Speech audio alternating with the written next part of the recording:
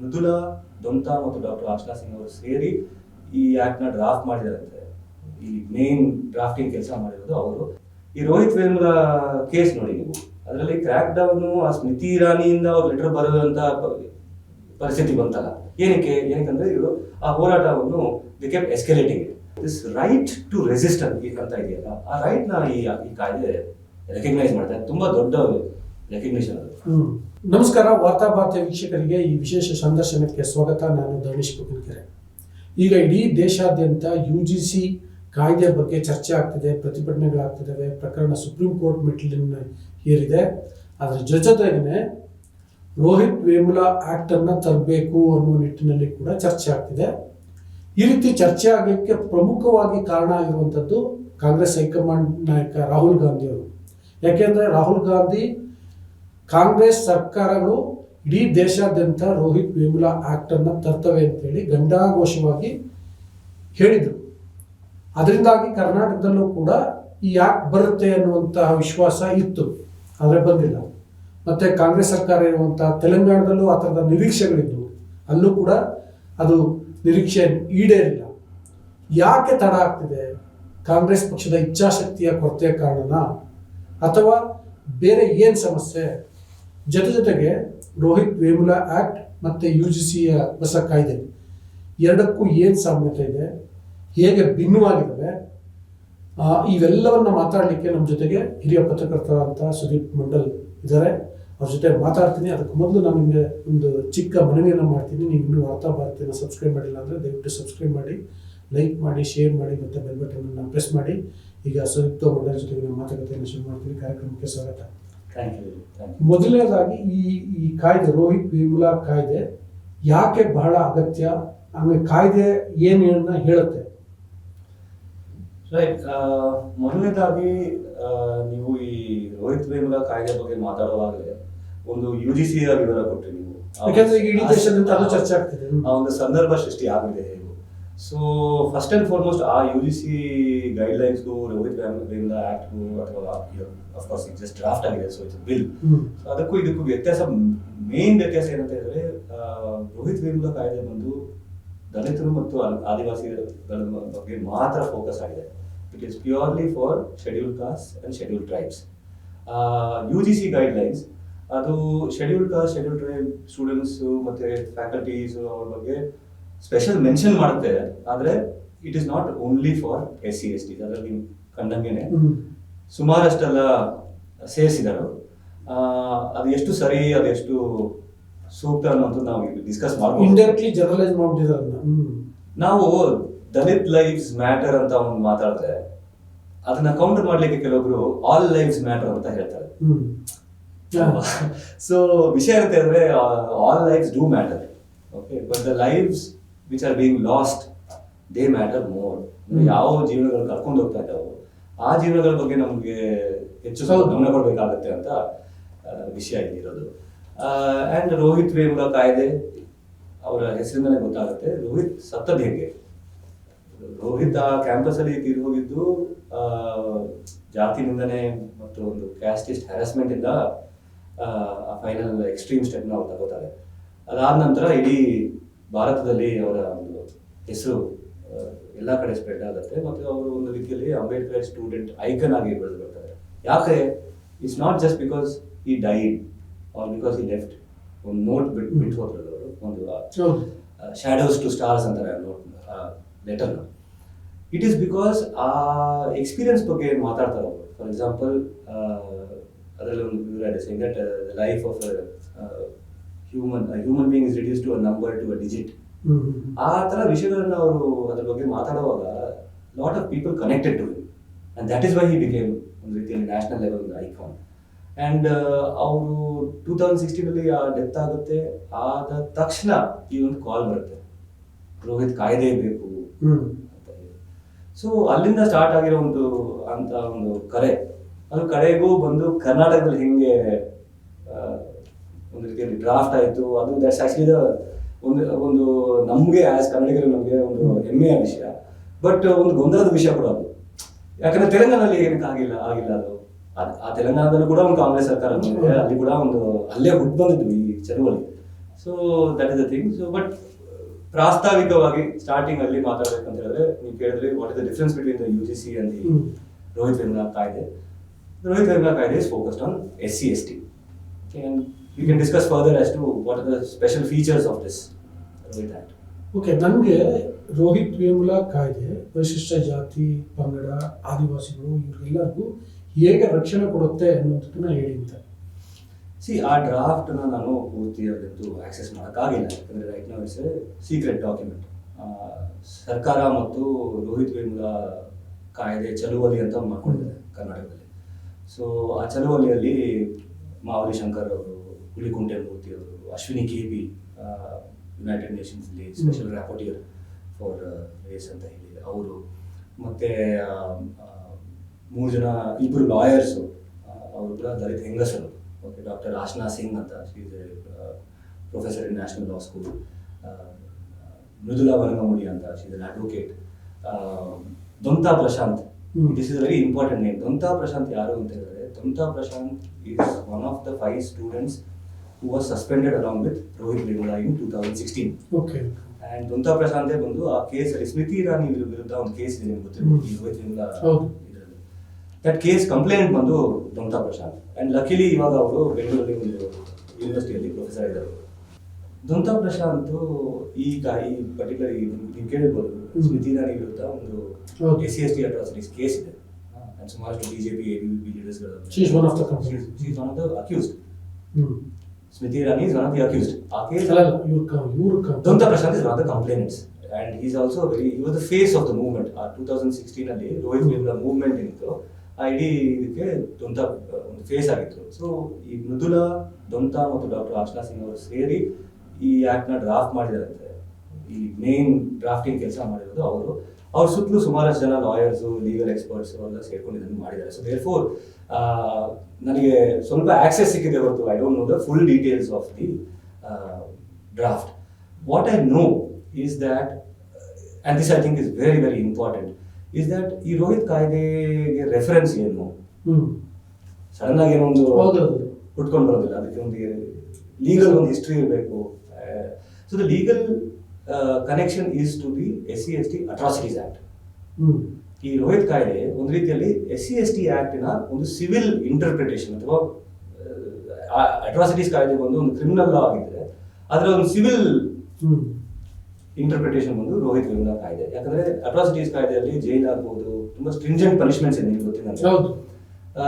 ಆದ್ರೆ ಒಂದು ಕ್ಯಾಂಪಸ್ ಅಲ್ಲಿ ಫ್ಯಾಕಲ್ಟೀಸ್, ಸ್ಟೂಡೆಂಟ್ಸು ಅಂತ ಜನ ಒಂದು ಕ್ಯಾಂಪಸ್ ಅನ್ನ ಒಂದು ಬೇರೆ ಒಂದು ಯೂಟೋಪಿಕ್ ಸೆಟ್ಟಿಂಗ್ ಮಾಡಬೇಕು ಅಂತ ಒಂದು ಆದರ್ಶ ಇರುತ್ತೆ. ಒಂದು ಕ್ಯಾಂಪಸ್ ಆಚೆ ಪ್ರಪಂಚ ತರ ಅಲ್ಲ, ಅದು ಇಲ್ಲಿ ಜನರನ್ನ ತಿದ್ದಲಿಕ್ಕೆ ಒಂದು ಅವಕಾಶ ಸಿಗುತ್ತೆ ಅಂತ ಹೇಳಿ ಈ ಕಾಯ್ದೆನೂ ಕೂಡ ಜನರನ್ನ ತಿದ್ದುವಂತ ಒಂದು ಡೈರೆಕ್ಷನ್ ಹೋಗುತ್ತೆ. ಪನಿಷ್ಮೆಂಟ್ ಕೂಡ ಕೊಟ್ಟರೂ ಕೂಡ ಪನಿಷ್ಮೆಂಟ್ ಹೇಗೆ ಜನರನ್ನು ಇಂಪ್ರೂವ್ ಮಾಡ್ಬೋದು, ಚೇಂಜ್ ಮಾಡ್ಬೋದು. There is a lot of focus on that. That is a very very unique thing. ಬಹಳ ಪಾಸಿಟಿವ್ ಮೋಡಲ್ಲಿ ಟೀಚರ್ಸ್ ಆಗಿರ್ಲಿ, ಫ್ಯಾಕಲ್ಟಿ ಆಗಿರ್ಲಿ, ಅವರ ಕೆರಿಯರ್ಗಳು ಹಾಳಾಗಬಾರ್ದು. ಅಂಡ್ ಫೈನಲ್ ಒಂದು ಎಕ್ಸ್ಟ್ರೀಮ್ ಕ್ಯಾಸ್ಟ್ ಹ್ಯಾರಸ್ಮೆಂಟ್ ಮಾಡಿದಾಗ ಮಾತ್ರ ಈ ರಸ್ಟಿಗೇಷನ್, ಸಸ್ಪೆನ್ಷನ್ ಅಂತ ಪ್ರೊವಿಷನ್ಗಳಿದೆ. But apart from that they are not, how do put it, stringent. Okay, that is one very important feature. The other thing, ಇವಾಗ ಈ SC/ST ಮಕ್ಕಳದ್ದು ನೀವು ಚಟುವಟಿಕೆಗಳು, ಪೊಲಿಟಿಕಲ್ ಚಟುವಟಿಕೆಗಳನ್ನು ನೀವು ನೋಡಿದ್ರೆ ಈ ಕ್ಯಾಂಪಸ್ಗಳಿರ್ಬೋದು, ಅಲ್ಲಿ ನೀವು ನೋಡಿದ್ರೆ ಅವರ ಹಕ್ಕುಗಳ ಬಗ್ಗೆ ಹೋರಾಟ ಅವ್ರದ್ದು it's not part of A necessarily part of ಯಾವುದೋ ಒಂದು ಅಂಬೇಡ್ಕರೈಟ್ ಗ್ರೂಪ್. ಅದು ಅವರ ದಿನನಿತ್ಯ ಅವರು ಮಾಡಲೇಬೇಕು ಅದನ್ನ. ಇಟ್ಸ್ ಲಿಟರಲಿ ಅವರು ಬ್ರಷ್ ಮಾಡ್ದಂಗೆ, ಊಟ ಮಾಡ್ದಂಗೆ, ಅವರ ಡಿಗ್ನಿಟಿಗಾಗಿ, ಅವರ ಇನ್ಕ್ಲೂಷನ್ಗಾಗಿ ಆ ಫೈಟ್ ಅವ್ರದ್ದು ಡೈಲಿ ಫೈಟ್. ಇಲ್ಲಿ ಪೆಟಿಷನ್ ಕೊಡೋದು, ಅಲ್ಲಿ ಮನವಿ ಕೊಡೋದು, ನನಗೆ ಗೈಡ್ ಸಿಕ್ಕಿಲ್ಲ, ಯಾರು ನನಗೆ ಗೈಡ್ ಅಸೈನ್ ಮಾಡಿಲ್ಲ, ನನಗೆ ಬೇಕಾಗಿರುವಂಥ ಕೋರ್ಸ್ ನನಗೆ ಸಿಗ್ತಾ ಇಲ್ಲ, ಸಿಕ್ಕಿರುವಂಥ ಕೋರ್ಸಲ್ಲಿ ಯಾರೋ ನನಗೆ ಹ್ಯಾರಸ್ ಮಾಡ್ತಾ ಇದ್ದಾರೆ.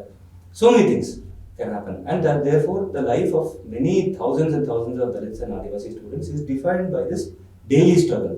ಆದರೆ ಆ ಡೈಲಿ ಸ್ಟ್ರಗಲ್ ನಿಮ್ಗೆ ಗೊತ್ತಿದ್ದಂಗೆ ಕೆಲವೊಂದು ಅದು ಒಂದು ತೀವ್ರ ಸ್ವರೂಪ ಅದಕ್ಕೆ ಬರುತ್ತೆ, ಅದಕ್ಕೆ ರೆಸ್ಪಾನ್ಸ್ ಬರಲಿಲ್ಲ.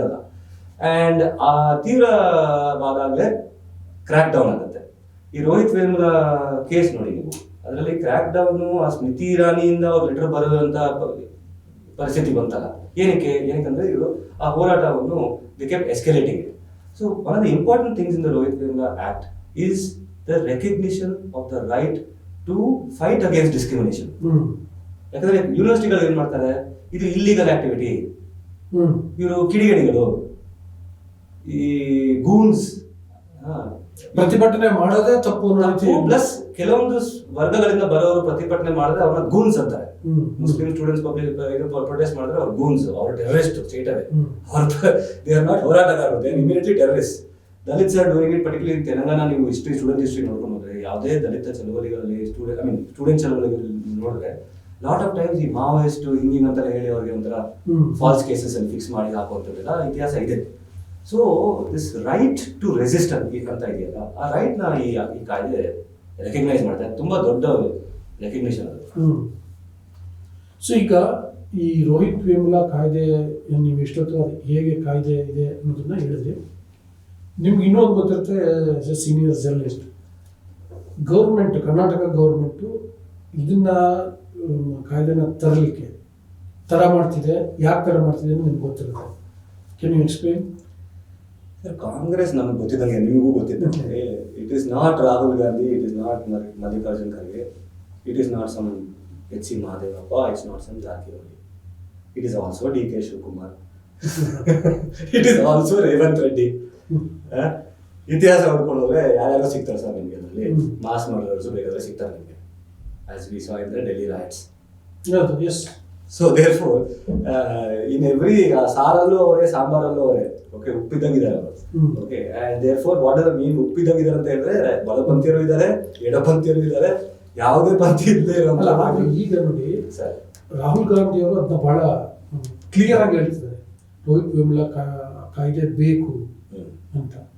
ಅದರಿಂದ SC/ST ಸ್ಟೂಡೆಂಟ್ಸ್ಗಳಿಗೆ ಪ್ರೊಟೆಕ್ಷನ್ ಸಿಗುತ್ತೆ, ಆ ಕಾರಣಕ್ಕೋಸ್ಕರ ಬೇಕು ಅನ್ನೋದನ್ನ ಅವರು ಬಹಳ ಸ್ಪಷ್ಟವಾಗಿ ಹೇಳ್ತಿದ್ದಾರೆ. ನಮ್ಮ ಸರ್ಕಾರ ಬಂದ್ರೆ ನಾವು ಮಾಡ್ತೀವಿ ಅಂತ ಹೇಳಿದ್ರು.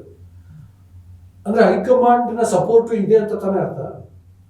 ಅವ್ರು ಏನು ಹೇಳಿದ್ರೆ ಸುಮ್ಮನಿದ್ರೆ ಅದೊಂಥರ, ಅವ್ರ ಹಂಗೆ ಹೇಳಿಯೂ ಕೂಡ ಈಗ ಮಾಡ್ತಿಲ್ಲಲ್ಲ. ಹೈಕಮಾಂಡ್ ತುಂಬಾ ಹೈ ಅನ್ಸುತ್ತೆ. ಅಲ್ಲಿಂದ ಅವ್ರು ರಿಮೋಟ್ ಕಂಟ್ರೋಲ್ ಪ್ರೆಸ್ ಮಾಡಿದಾಗ ಇಲ್ಲಿ ತನಕ ಸಿಗ್ನಲ್ ಬರಲ್ಲ ಅನ್ಸುತ್ತೆ. ಯಾಕಂತ ಹೇಳಿದ್ರೆ I just fail to understand. Jokes aside sir, consider ಮಾಡ್ತಾರೆ ನೋಡಿ. ಇವಾಗ ಈ January 2025 ಐ ಥಿಂಕ್ ಇದು ಬಿಸಿ ಬರುತ್ತೆ ಸ್ವಲ್ಪ ಇದು ಪರ್ಟಿಕ್ಯುಲರ್ ಇಶ್ಯೂ. ಯಾಕಂದ್ರೆ ಆ UGC ಕೇಸ್ ಇದೆ, ಈಗ ಜಸ್ಟ್ ನಾವು ಮಾತಾಡಿದ್ದು. ಆ ಕೇಸ್ದು ಒಂದು ಇತಿಹಾಸ ಇದೆ. ಯಾರು ಅದನ್ನ ಪೆಟಿಷನರ್ ಯಾರು ಅದರಲ್ಲಿ? ರಾಧಿಕಾ ವೇಮುಲಾ ಮತ್ತು ಪಾಯಲ್ ತಾಡ್ವಿ. ಓಕೆ, ಸೊ ಪಾಯಲ್ ತಾಡ್ವಿ ಯಾರು? She is a Muslim Bhil tribal student. Okay, so Radhika Vemula and Abeda Tadvi ಅವರು ಸುಪ್ರೀಂ ಕೋರ್ಟ್ ಹೋಗಿ ಪೆಟಿಷನ್ ಹಾಕಿದ್ರು. ಹಂಗಾಗಿ UGC ಮೇಲೆ ಜಾಟಿ ಹೇಳೋದಕ್ಕೆ they have come to this point. Otherwise UGC has no interest to move on. Okay, so point is that ಈ UGC case ಸ್ವಲ್ಪ ಬಿಸಿ ಆಗ್ತಾ ಇತ್ತು ಲಾಸ್ಟ್ January 2025 ಜಾನ್ವರಿ ಅಷ್ಟೊತ್ತಿಗೆ. ಆ ಟೈಮಲ್ಲಿ ಫಸ್ಟ್ ಈ ಪ್ರಿಯಾಂಕ್ ಖರ್ಗೆ ಅವರು ಒಂದು ಸ್ಟೇಟ್ಮೆಂಟ್ ಹಾಕ್ತಾರೆ, ರೋಹಿತ್ ಕಾಯ್ದೆನೇ ಇದಕ್ಕೆ ಸೊಲ್ಯೂಷನ್ ಅಂತ ಹೇಳಿ. ಅಲ್ಲಿಂದ ತಕ್ಕಂತ Rahul Gandhi also says that it should be done. ಆಗ ನಾವು ಕೆಲವೊಬ್ರು ಜರ್ನಲಿಸ್ಟು ಮತ್ತು ಇಂಥವೆಲ್ಲ ಅವ್ರನ್ನ ಸ್ವಲ್ಪ ಟ್ರೋಲ್ ಕೂಡ ಮಾಡಿದ್ವಿ. ಬರೀ ಬಾಯಿ ಮಾತಲ್ಲ ಹೇಳಕ್ ಹೋಗ್ಬೇಡಿ ನೀವು, ನಿಮ್ದು 3 ಕಡೆ ಸರ್ಕಾರ ಇದೆ, ಸ್ಟೇಟ್ ಸರ್ಕಾರ ಇದೆ, ಅಷ್ಟೇ ನಿಮ್ಗೆ ಇದಿದ್ರೆ ನೀವು ಮಾಡಿ ಅಂತ. May be I suppose public pressure ಸ್ವಲ್ಪ ಟಾಂಟ್ ಮಾಡಿದ್ದಕ್ಕೋ ಅದೇನೋ. ಹಿ rights formal letters. Rahul Gandhi, he writes some formal letters to all the 3 state governments where the Congress is in power. Telangana government does not move at all. And that's a very big question. ಏನಕ್ಕೆ ಅಂತ ಹೇಳಿ, I mean Revanth Reddy ಬಗ್ಗೆ ನೀವು ಒಂದು Google ಮಾಡಿದ್ರೆ ಅವರ RSS links, ಅವರ ideology, ಈ ಸದ್ಯನೂ ಕೂಡ ಅವ್ರ RSS ಅಲ್ಲಿ ಇಲ್ಲದೆ ಇದ್ರು ಕೂಡ ಯಾವ ರೀತಿಯ ಮನಸ್ಥಿತಿಗಳು, ಅದು RSS ಇಂದ ಅವನ್ನ ಆಚೆ ತರಬಹುದು, ಹೊರಗಡೆಯಿಂದ RSS ತರಬೇಕಾಗಲ್ಲ. But so I don't know what is the story in Telangana. I am not a Telangana based reporter. But ಕರ್ನಾಟಕದಲ್ಲಿ yes, the law minister HK Patil and Priyank Kharge, so far that I have seen, I will following. ಯಾಕಂದ್ರೆ ನಮಗೂ ಬೇಕಲ್ಲ information, ಏನಾಯ್ತು, discuss ಮಾಡಿದ್ರ ಅಂತ ಹೇಳಿ. These 2 people seem to be the only people who are very interested in it. Okay, meeting ಮಾಡಿದ್ರು. ಈ campaign ಅಂತ ಹೇಳಿದಾಗ ಮಹಾಬಲೇಶ್ವರ ಹುಲಿಕೋಟೆ ಅವರು ಅಂತ ಹೇಳಿ ಅವರೊಟ್ಟಿಗೆ ಸುಮಾರು they've done many rounds of meetings. Last Belagavi session ಆದಾಗ, ಆ ಬೆಳಗಾವಿ ಸೆಷನ್ ಸೈಡ್ ಲೈನ್ಸ್ ಅಲ್ಲಿ ಕೂಡ there was a formal round table. ನನಗೆ ಅದು ನೋಡಿ ತುಂಬಾ ಇಷ್ಟ ಆಯ್ತು. It was quite a democratic exercise. ಯಾಕಂದ್ರೆ ಅದನ್ನ the meeting was presided over by Radhika Vedula. Okay, and law minister is there, higher education minister Sudhakar was there, Priyank Kharge ಅವರಿದ್ರು, Sukhdev Thorat ಅವರು ಬಂದರು, NCDHR ಅಂತ ಒಂದು ಸಂಸ್ಥೆ ಇದೆ, national campaign for Dalit human rights. ಅವರು 2016 ಒಂದು ಸಣ್ಣ ಒಂದು ಡ್ರಾಫ್ಟ್ ಮಾಡ್ತಾರೆ ರೋಹಿತ್ ಕಾಯ್ದೆ, ಅವರು ಕೂಡ ಬಂದಿದ್ರು. ಆ ರೀತಿ ಹರೀಶ್ ನರಸಪ್ಪನವರು ಮತ್ತೆ ಆದಿತ್ಯ ಸೊಂದಿ ಇವ್ರನ್ನೆಲ್ಲ ಕರೆಸಿ ಒಂದು ರೌಂಡ್ ಟೇಬಲ್ ಡಿಸ್ಕಷನ್ ಮಾಡ್ತಾರೆ ಕರ್ನಾಟಕ ಸರ್ಕಾರದವರು ಬೆಳಗಾವಿಯಲ್ಲಿ. And after that things are moving slowly. ಅದಾದ ನಂತರ ಬೆಂಗಳೂರಲ್ಲಿ ಕೂಡ ಒಂದು cabinet meeting, I think January sometime mid ಜಾನ್ವರಿಲಿ ಕ್ಯಾಬಿನೆಟ್ ಮೀಟಿಂಗ್ ಸೈಡ್ ಲೈನ್ಸಲ್ಲಿ ಇನ್ನೊಂದು ಮೀಟಿಂಗ್ ಮಾಡಿದ್ರು ಈ ಕ್ಯಾಂಪೇನ್ ಅವರೊಟ್ಟಿಗೆ. ಬಟ್ ಅದಾದ ನಂತರ ಐ ಡೋಂಟ್ ನೋ ಇಟ್. ನನಗೆ ಇನ್ನೊಂದು ಮಾಹಿತಿ ಇದೆ, ಏನು ಅಂತಂದರೆ ಈ ಇದು ಏನು ಇಶ್ಯೂನ ಅಂದರೆ ಮೀನ್ಸ್ ರೋಹಿತ್ ವೇಮುಲಾ ಆ್ಯಕ್ಟ್ನ ಇನಿಷಿಯೇಟ್ ಮಾಡಬೇಕಾಗಿರೋದು ಹೈಯರ್ ಎಜುಕೇಷನ್ ಮಿನಿಸ್ಟರ್. ಯಾಕಂದರೆ ಅವ್ರ ಡಿಪಾರ್ಟ್ಮೆಂಟಿಗೆ ಸಂಬಂಧಪಟ್ಟಿದ್ದು. ಲಾ ಡಿಪಾರ್ಟ್ಮೆಂಟಲ್ಲಿ ಅಥವಾ ಬೇರೆ ಸೋಷಿಯಲ್ ಜಸ್ಟಿಸ್ ಇಲಾಖೆಯಲ್ಲಿ ಅವರು ಏನೋ ಅಸಿಸ್ಟ್ ಮಾಡ್ಬೋದು ಅಷ್ಟು ಬಿಟ್ಟರೆ, ಫೈನಲಿ ಈವನ್ ಅಸೆಂಬ್ಲಿ ಪ್ರೆಸೆಂಟ್ ಮಾಡಬೇಕಾಗಿರೋದು ಅಥವಾ ಟೇಬಲ್ ಮಾಡಬೇಕಾಗಿರೋದು ಕೂಡ ಹೈಯರ್ ಎಜುಕೇಷನ್ ಮಿನಿಸ್ಟರ್. ಬಟ್ ಅದ್ರ ಬಗ್ಗೆನೇ ಗೊಂದಲ ಇದೆ ಇವಾಗ. ಅದನ್ನೇ ನಾನು ಹೇಳಿ ಬಂದು ನನಗಿರುವ ಮಾಹಿತಿ ಪ್ರಕಾರ ಉನ್ನತ ಶಿಕ್ಷಣ ಸಚಿವರಾದಂಥ MC ಸುಧಾಕರ್ ಅವರು ಅಷ್ಟು ಉತ್ಸಾಹ ಹೊಂದಿಲ್ಲ ಇದ್ರ ಬಗ್ಗೆ ಅಂತ. ನಿಮಗೆ ಬಂದಿರೋ ಮಾಹಿತಿ ಕೂಡ ನಮಗೆ ಬಂದಿರೋಂಥ ಮಾಹಿತಿ ಸರ್. ನೀವು ವಿಧಾನಸೌಧಕ್ಕೆ ಹೋಗ್ಬಿಟ್ಟು ಮೂಲಗಳ ಹತ್ರ ನೀವು ಮಾತಾಡ್ತೀರಾ, ನಾನು ಅದೇ ಮೂಲದ ಹತ್ರನೇ ಮಾತಾಡ್ತೀನಿ. ನನಗೆ ಬಂದಿರೋ ಮಾಹಿತಿ ಪ್ರಕಾರ he is not very excited, but you know, I don't know, see, like I said, he is not interested anta ನನ್ನ ಮಾಹಿತಿ. And I can imagine what may be the reasons. I'll come to that second, but what information I got is that ಅವರು ಹೆಂಗೋ ಇದನ್ನ social welfare ಮಿನಿಸ್ಟರ್ಗೆ ತಂದ್ಕೊಳ್ಳೋಣ ಅಂತ ಹೇಳಿ ಆ ಒಂದು mind set ಅಲ್ಲಿ ಇದ್ದಾರೆ ಅವರು. ನಿಮ್ದಲ್ವ SC/ST ನೀವು ಮಾಡ್ಕೊಳ್ಳಿ ಅಂತ ಹೇಳಿ. ಅಂಡ್ ಇಟ್ ಇಸ್ ಒಂದು ರೀತಿಯಲ್ಲಿ ಅದೇ ದಲಿತರು ಮತ್ತು ಆದಿವಾಸಿಗಳ ಬದುಕಿನ ಒಂದು ರೀತಿಯಲ್ಲಿ ವಿಡಂಬನೆ ಅಲ್ವಾ. It is everybody's issue, but it is nobody's issue. ನಿಮ್ದೊಂದು ಸ್ಪೆಷಲ್ ಡಿಪಾರ್ಟ್ಮೆಂಟ್ ಇದೆಲ್ಲ ಮಾಡ್ಕೊಳ್ರಿ ಅಂತ ಹೇಳಿ. ಅಲ್ರಿ, ಎಲ್ಲಾ ಡಿಪಾರ್ಟ್ಮೆಂಟ್ ಗಳಲ್ಲಿ ನಿಮ್ಗೆ ಸಬ್ ಪ್ಲಾನ್, ಒಂದು SC/ST ಫೋಕಸ್ ಎಲ್ಲಾ ಡಿಪಾರ್ಟ್ಮೆಂಟ್ ಗಳಲ್ಲಿ ಇದೆಯಲ್ಲ. So is higher education department not for SC/STs, right? And what is, I don't know, see, I don't want to make strong statements because I'm a journalist and because I don't know the full story. Okay, but if you consider, according to the UGC, between 2018 and 2023, please check facts and news, correct, wrong is wrong, correction ಹಾಕ್ಸ್ಬಿಡಿ. But ನನಗೆ ಗೊತ್ತಿದ್ದಂಗೆ as per the UGC records, between 2018 and 2023, close to 14,000 SC/ST OBC students have dropped out from only central universities, which is I think 52 central universities, IITs and IIMs. ಎಲ್ಲ ಸೇರಿಸಿ ಇನ್ನೊಂದು 10 ಅಂತ ಸೇರಿಸ್ಕೊಳ್ಳಿ, IIT IIMs ಎಲ್ಲ ಸೇರಿಸ್ಕೊಂಡ್ರೆ. So there ಒಂದು 60 institutes ಇಂದ 70 ಅಂತ ಇಟ್ಕೊಳ್ಳಿ, ಒಂದು 70 ಇನ್ಸ್ಟಿಟ್ಯೂಟ್ಗಳಿಂದ 14,000 ಮಕ್ಕಳು ಡ್ರಾಪ್ ಔಟ್ ಆಗ್ತಾರೆ 5 ವರ್ಷದಲ್ಲಿ ಅಂತ ಹೇಳಿದ್ರೆ ಪರಿಸ್ಥಿತಿ ಏನು sir? Does the higher education minister of Karnataka MC Sudhakar ಅವ್ರ ಹತ್ರ ಏನ ಅಂಕಿಅಂಶಗಳು ಇದ್ದಾವ saying that this is the central universities and IIT IIMs? Let him talk about the state universities. Yes, I want to know. ಈ ಸೆಂಟ್ರಲ್ ಕಾಲೇಜ್ ಇಲ್ಲಿಂದ ಒಂದು 2 kilometre ದೂರ ಇಲ್ಲ, ಎಷ್ಟು ಜನ ಡ್ರಾಪ್ ಔಟ್ ಆಗಿದ್ದಾರೆ? ನಾನು I want to find out. Does he have statistics? And Karnataka, sir, has a very bad reputation for being the headquarter of this so-called management quota, headquarter of capitation fees. ಇದು 1950s ಅಲ್ಲೇ start ಆಗ್ತಿತ್ತು sir. First state to open up medical education and engineering education for private sector was Karnataka, sir. 1950 ಅಲ್ಲಿ ಯಾರಿದ್ರು CM? ನೀವೇ Google ಮಾಡ್ಬೋದು. ಅದಾದ ನಂತರ ಎಷ್ಟೋ ಜನ CMಗಳು ಬಂದರು, ಅದರಲ್ಲಿ ಸೋ ಕಾಲ್ಡ್ ರೆವಲ್ಯೂಷನರಿ CMಗಳು ಕೂಡ ಬಂದರು. ಆ ರೆವಲ್ಯೂಷನರಿ CMಗಳ ಹೆಸರನ್ನು ತಗೊಂಡ್ರೆ ಅವೆಲ್ಲ ಮಣ್ಣು ಹೊಡಿಲಿಕ್ಕೆ ಬರ್ತಾರೆ.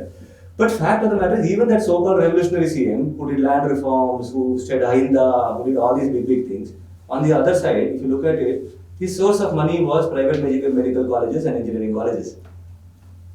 Right? And ಆ ಕಾಲೇಜ್ಗಳಿಗೆ ಆ ಟೈಮಲ್ಲೂ ಕೂಡ ಸುಮಾರು ಅವ್ರಿಗೆ ರಿಯಾಯಿತಿಗಳು, ಸುಮಾರು ಅವ್ರಿಗೆ ಎಕ್ಸಾಮ್ಷನ್ಸ್ಗಳು ಕೊಟ್ಟಿದ್ದಾರೆ. ಸೊ ಹಂಗೆ ಆಗ್ತಾ ಆ private engineering sector has become the most politically influential section in India, in Karnataka.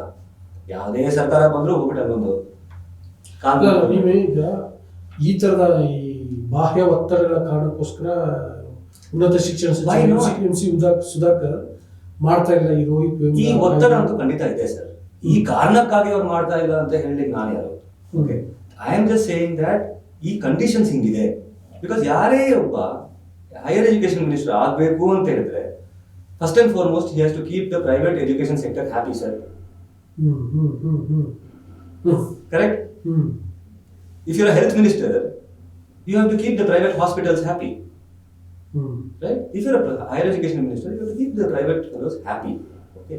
And one of the things I forgot to tell starting with Kaide, okay, it does not make a distinction between private, government, aided, unaided. Is it any course after 12th standard, sir? Which means ನಿಮ್ಮ NIIT course ಇರಲಿ, ಅದು ಯಾವ್ದಾರ diploma course ಇರಲಿ, ಯಾವ್ದಾರ ಒಂದು production video production course ಇರಲಿ, modelling course ಇರಲಿ, ಏನಾರ ಇರಲಿ, it comes under this thing, and that institution will be defined as higher education institution. So my thing is sector which has crores and thousands of crores of money. I don't know how MC Sudhakar is going to counter that kind of lobby. Is that the pressure? I don't know.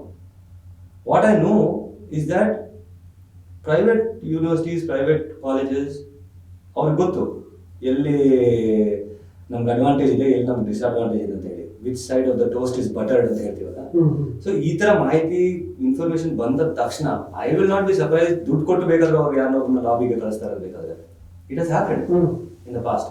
ಹೋಗಿ minister ಹತ್ರ ಹೋಗ್ಬಿಟ್ಟು lobby ಮಾಡಿದ್ವಿ ಈ ಕಾಯ್ದೆ ತರಬೇಡ್ರಿ ಅಂತ ಹೇಳಿ. If you ask me, ಆ ರೀತಿ ಒಂದು ಲಾಬಿ ಆಗಲೇ ಸುಧಾಕರ್ ಅವ್ರನ್ನ ಅಥವಾ ಬೇರೆ ಎಜುಕೇಶನ್ ಮಿನಿಸ್ಟರ್ಗಳನ್ನ ಬೇರೆ ತೆಲಂಗಾಣದಲ್ಲೂ ಕೂಡ ಅಪ್ರೋಚ್ ಆಗಿದ್ರು ಈ ಕ್ಯಾಂಪೇನ್ ಅವರು. ಅವ್ರನ್ನ ಆಗ್ಲೇ ಅಪ್ರೋಚ್ ಆಗಿದಾರ ಅಂತ ನೀವು ಒಂದು ಗೆಸ್ಟಿಮೇಟ್ ಮಾಡಕ್ ಹೇಳಿದ್ರೆ ಐ ಗೆಸ್ ಅವ್ರು ಸುಮ್ಮನೆ ಇರ್ಲಿಕ್ಕಿಲ್ಲ. ಅವ್ರು ಖಂಡಿತ ಏನೋ ಒಂದು ಕಳಿಸಿರ್ತಾರೆ ಅವ್ರಿಗೆ ಫೀಲರ್ಸ್, ಇದೇನಿದು. ಯಾಕಂದ್ರೆ ಲಕ್ಲಿನೋ ವಾಟ್ ಎವರ್, ಸುಧಾಕರ್ ಆಕ್ಚುಲಿ ಈ 2 ವಾರ ಹಿಂದೆ ಈ ಗೇವ್ ಅ ಸ್ಟೇಟ್ಮೆಂಟ್, ನಮ್ಮಲ್ಲಿ ಕಾಯ್ದೆ ತರ್ತಾ ಇದೀವಿ, ರೋಹಿತ್ ಕಾಯ್ದೆ ಅಂತ ಹೇಳಿ. ಅದು ಮಾಡ್ತಾರೆ ಪೊಲಿಟಿಷಿಯನ್ಸ್ಗಳು, ಹೇಳ್ತಾರೆ ಮುಂದಿನ ತಿಂಗಳು ಅಥವಾ ಮುಂದಿನ ವಾರನೇ ಜಾತಿಗಣತಿ ವರದಿ ಜಾರಿ ಮಾಡ್ತೀವಿ ಅಂತಾರೆ, ಅಥವಾ ಇನ್ನೊಂದೇನೋ ತರ್ತೀವಿ ಅಂತ ಹೇಳ್ತಾರೆ. ಹಂಗೆ ಹೇಳಿ ಅದೊಂಥರ ಅದು ಇಂಡೈರೆಕ್ಟ್ಲಿ ಜನರನ್ನ ಫೂಲ್ ಮಾಡೋ ವಿಷಯ. ಅಂದರೆ ಈಗ ನೆಕ್ಸ್ಟ್ ಕೇಳಿದ್ರೆ ನಾನು ಹೇಳಿದ್ದೀನಿ ಆದರೆ ಏನೋ ತಡ ಆಗ್ತಿದೆ ಅಂತ ಹೇಳೋದು. ನಾನು ಹೇಳಿದ್ದೀನಿ, ನಾನು ಇಲ್ಲ ಅಂತ ಹೇಳಿಲ್ಲ ಅಂತ ಹೇಳ್ಕೊಳ್ಲಿಕ್ಕಾಗತ್ತೆ. ಆದರೆ ನಾನು ಇನ್ಫಾರ್ಮೇಷನ್ ಹೇಳೋದಲ್ಲ, ಈಸ್ ನಾಟ್ ಇಂಟ್ರೆಸ್ಟೆಡ್ ಅಂತ ಹಂಗಿದೆ. ಈಗ ನೀವು ಇನ್ನೊಂದು ಸೇರಿದ್ರಿ ಅಂದರೆ ಅವರು ಅದನ್ನು ಈ ಸಮಾಜ ಕಲ್ಯಾಣ ಇಲಾಖೆಗೆ ತಳ್ಳಾಕ್ಬಿಡುವಂಥ ಪ್ರಯತ್ನ ಮಾಡ್ತಾರೆ. ಆ ಸಾಧ್ಯತೆ ಖಂಡಿತ ಇರುತ್ತೆ. ಯಾಕೆಂದರೆ ಹೆಂಗೂ ನನಗೆ ಆಸಕ್ತಿ ಇಲ್ಲದಿರೋದ್ರಿಂದ, ಮತ್ತೆ ಮಾಡಬೇಕು ಅಂತ ಇನ್ ಕೇಸ್ ಈಗ ರಾಹುಲ್ ಗಾಂಧಿ ಲೆಟರ್ ಬರೆದಿರೋದು, ಅಥವಾ ಸಿದ್ದರಾಮಯ್ಯ ಅವರು ಹೇಳೋದು, ಅಥವಾ ಯಾರೋ ಕ್ಯಾಬಿನೆಟಲ್ಲಿ ಈ ಪರಿಶಿಷ್ಟ ಜಾತಿ ಅಥವಾ ಪಂಗಡದ ಮಿನಿಸ್ಟ್ರುಗಳು ಇದು ಯಾಕೆ ತಡ ಆಗ್ತಿದೆ ಅಂತ ಕೇಳಿರಬಹುದು, ಗೊತ್ತಿಲ್ಲ, ಕೇಳಿದೇನೂ ಇರ್ಬೋದು. ಒಟ್ಟಿನಲ್ಲಿ ಇದು ನನ್ನಿಂದ ತಳ್ಳಾಕೊಳ್ಳೋಣ, ಮಿಕ್ಕಿದ್ದು ಯಾರು ಏನು ಬೇಕಾದ್ರೂ ಮಾಡ್ಕೊಳ್ಳಿ ಅನ್ನೋ ಕಾರಣಕ್ಕೆ ಆ ರೀತಿನೂ ಇರ್ತದಲ್ಲ. ಹಂಗೆ ಕಾಣಿಸ್ತಾ ಇದೆ ಇವಾಗ at the moment, it looks like that. But ಒಟ್ಟಾರೆ ಸರ್ಕಾರಕ್ಕೆ ಇದ್ರ ಬಗ್ಗೆ ಇಚ್ಛಾಶಕ್ತಿ ಇಲ್ವಾ? ಸರ್ಕಾರದಲ್ಲಿ ಕೆಲವೊಬ್ಬರಿಗೆ ಇದ್ರ ಬಗ್ಗೆ ಖಂಡಿತ ಇಂಟ್ರೆಸ್ಟ್ ಇದೆ. Because I told you, HK Patil ಅವರು, I was quite surprise actually. ಈ ಬೆಳಗಾವಿ ಸೆಷನ್ ನಾನು ಫಾಲೋ ಮಾಡ್ಕೊಂಡು ಹೋಗಿದ್ದೆ ಈ ಕ್ಯಾಂಪೇನ್ ಅವ್ರನ್ನ, ಏನಾಗುತ್ತೆ ಅಂತ ನೋಡ್ಲಿಕ್ಕೆ. He seemed to be quite educated about social justice as a subject. So that was kind of encouraging. Similarly, ಕೆಲವು ಹೆಸರು ಹೇಳಿದ್ನಲ್ಲ, Priyank Kharge, somebody who is very keen about it. ಇಲ್ಲ, ಅವರು I think Priyank Kharge stand ಅಲ್ಲಿ ಏನು ಇದಿಲ್ಲ, ಪ್ರಾಬ್ಲಮ್ ಇಲ್ಲ. ಮೀನ್ಸ್ ಪ್ರಾಬ್ಲಮ್ ಇಲ್ಲ ಅಂದ್ರೆ there is no confusion. ಅವರು ಇದ್ದಾರೆ. That is why it comes down to simple things like ideology ಅಲ್ಲ ಸರ್. ಆ ಐಡಿಯಾಲಜಿ ಯಾರಿಗಿದೆ ಈ ಕ್ಯಾಬಿನೆಟ್ ಅಲ್ಲಿ? ಮಹದೇವಪ್ಪನ ಅವ್ರಿಗೆ ಸ್ವಲ್ಪ ಇದೆ, ಜಾರಕಿಹೊಳಿ ಅವ್ರಿಗಿದೆ, ಸಿದ್ದರಾಮಯ್ಯನಿಗೂ at least as far as is not a communal person, is not a casteist person, ನಾನು ತಿಳಿದ್ರು ಅವರು. So therefore I think there are few people who can rescue it ಅಂತ ಅನ್ಕೊಂತೀನಿ ನಾನು. ಬಟ್ ಅದೇ ಈ ಫ್ಯೂಡಲ್ ಲಾಬೀಸ್ಗಳಿಗೆ ನೀವು ಬಿಟ್ಕೊಟ್ರೆ ಖಂಡಿತ. ಆ್ಯಂಡ್ ಫ್ಯೂಡಲ್ ಲಾಬೀಸು ಅದು ನಿಮ್ಗೆ ಗೊತ್ತಿಲ್ಲ, ಆಲ್ವೇಸ್ ಸ್ಟ್ರಾಂಗ್ ಆ್ಯಂಡ್ ಎವ್ರಿವೇರ್. ಇವಾಗ ನಮ್ಮ ಏರಿಯಾದಲ್ಲಿ ನೋಡ್ಕೊಳ್ಳಿ ನೀವು, ನಾನು ವಾಸವಾಗಿರುವಂಥ ಏರಿಯಾದಲ್ಲಿ ಒಂದೇ ಫ್ಯಾಮಿಲಿ 3 ಪಾರ್ಟಿಯಲ್ಲಿ ಇದ್ದಾರೆ. ಓಕೆ, ಅದು ಯಾವ ಜಾತಿ ಅಂತ ನಿಮಗೂ ಗೊತ್ತಾಗುತ್ತೆ easily. You know who are the ruling caste of Karnataka. Yes. And they control not just the government, they control education institutions, they control everything. ಎಲ್ಲ ಕಡೆ ಕಂಟ್ರೋಲ್ ಮಾಡ್ತಿರೋ ಕಾರಣಕ್ಕೋಸ್ಕರ ಪಾಲಿಟಿಕ್ಸ್ ಕಂಟ್ರೋಲ್ ಮಾಡ್ತೀವಿ. ಖಂಡಿತ ಹೌದು, ಒಂದು ಎಕ್ಸ್ಟೆನ್ಷನ್ ಅಷ್ಟೇ politics. Yes yes, thank you. ವೀಕ್ಷಕರೇ, ಸಂಯುಕ್ತ ಮಂಡಲ್ ಬಹಳ ಅದ್ಭುತವಾಗಿ ರೋಹಿತ್ ವೇಮುಲಾ ಕಾಯ್ದೆ ಯಾಕೆ ಬೇಕು ಅನ್ನೋದನ್ನು ಹೇಳಿದ್ದಾರೆ, ಮತ್ತು ಯಾಕೆ ತಡ ಆಗ್ತಿದೆ ಅನ್ನುವಂಥದ್ದನ್ನು ಕೂಡ ವಿವರಿಸಿದ್ದಾರೆ. ವಿಡಿಯೋ ನಿಮಗೆ ಇಷ್ಟ ಆಗುತ್ತೆ ಅಂತ ಭಾವಿಸಿದ್ದೀನಿ. ಅದರಿಂದಾಗಿ ನಾನು ನಿಮಗೆ ರಿಕ್ವೆಸ್ಟ್ ಮಾಡ್ತೀನಿ, ನೀವು ಇನ್ನೂ ವಾರ್ತಾ ಭಾರತಿಯನ್ನು ಸಬ್ಸ್ಕ್ರೈಬ್ ಮಾಡಿಲ್ಲ ಅಂದರೆ ದಯವಿಟ್ಟು ಮಾಡಿ. ಹಾಗೆಯೇ ಈ ವಿಡಿಯೋ ಹೆಚ್ಚೆಚ್ಚು ಜನಕ್ಕೆ ರೀಚ್ ಆಗುವಂಥ ಅಗತ್ಯ ಬಹಳ ಇದೆ. ಬಹಳ ಉಪಯುಕ್ತವಾದಂತಹ ವಿಡಿಯೋ ಅಂತ ನಾನು ಭಾವಿಸಿದ್ದೀನಿ. ಅದನ್ನು ನಿಮ್ಮ ಅಭಿಪ್ರಾಯವನ್ನು ಕಮೆಂಟ್ ಬಾಕ್ಸಲ್ಲಿ ತಿಳಿಸಿ, ಜೊತೆಗೆ ವಿಡಿಯೋ ಶೇರ್ ಮಾಡಿ, ಬೆಲ್ ಬಟನನ್ನು ಪ್ರೆಸ್ ಮಾಡಿ. Thank you. ನಮ್ಮ ಕಾರ್ಯಕ್ರಮಗಳನ್ನು ನೀವು ನೋಡ್ತಾ ಇದ್ರೆ ನಮ್ಮ ಚಾನೆಲ್ ಅನ್ನ ಸಬ್ಸ್ಕ್ರೈಬ್ ಮಾಡಿ, ಪಕ್ಕದ ಬೆಲ್ ಐಕಾನ್ ಒತ್ತಿ ನಮ್ಮನ್ನ ಬೆಂಬಲಿಸಿ. ಹಾಗೆ ನಮ್ಮ ಕಾರ್ಯಕ್ರಮಗಳನ್ನ ಲೈಕ್ ಮಾಡಿ, ಕಮೆಂಟ್ ಮಾಡಿ, ಅದನ್ನ ಬೇರೆಯವರಿಗೂ ವಾಟ್ಸ್ಆಪ್ ಮೂಲಕ ಶೇರ್ ಮಾಡಿ.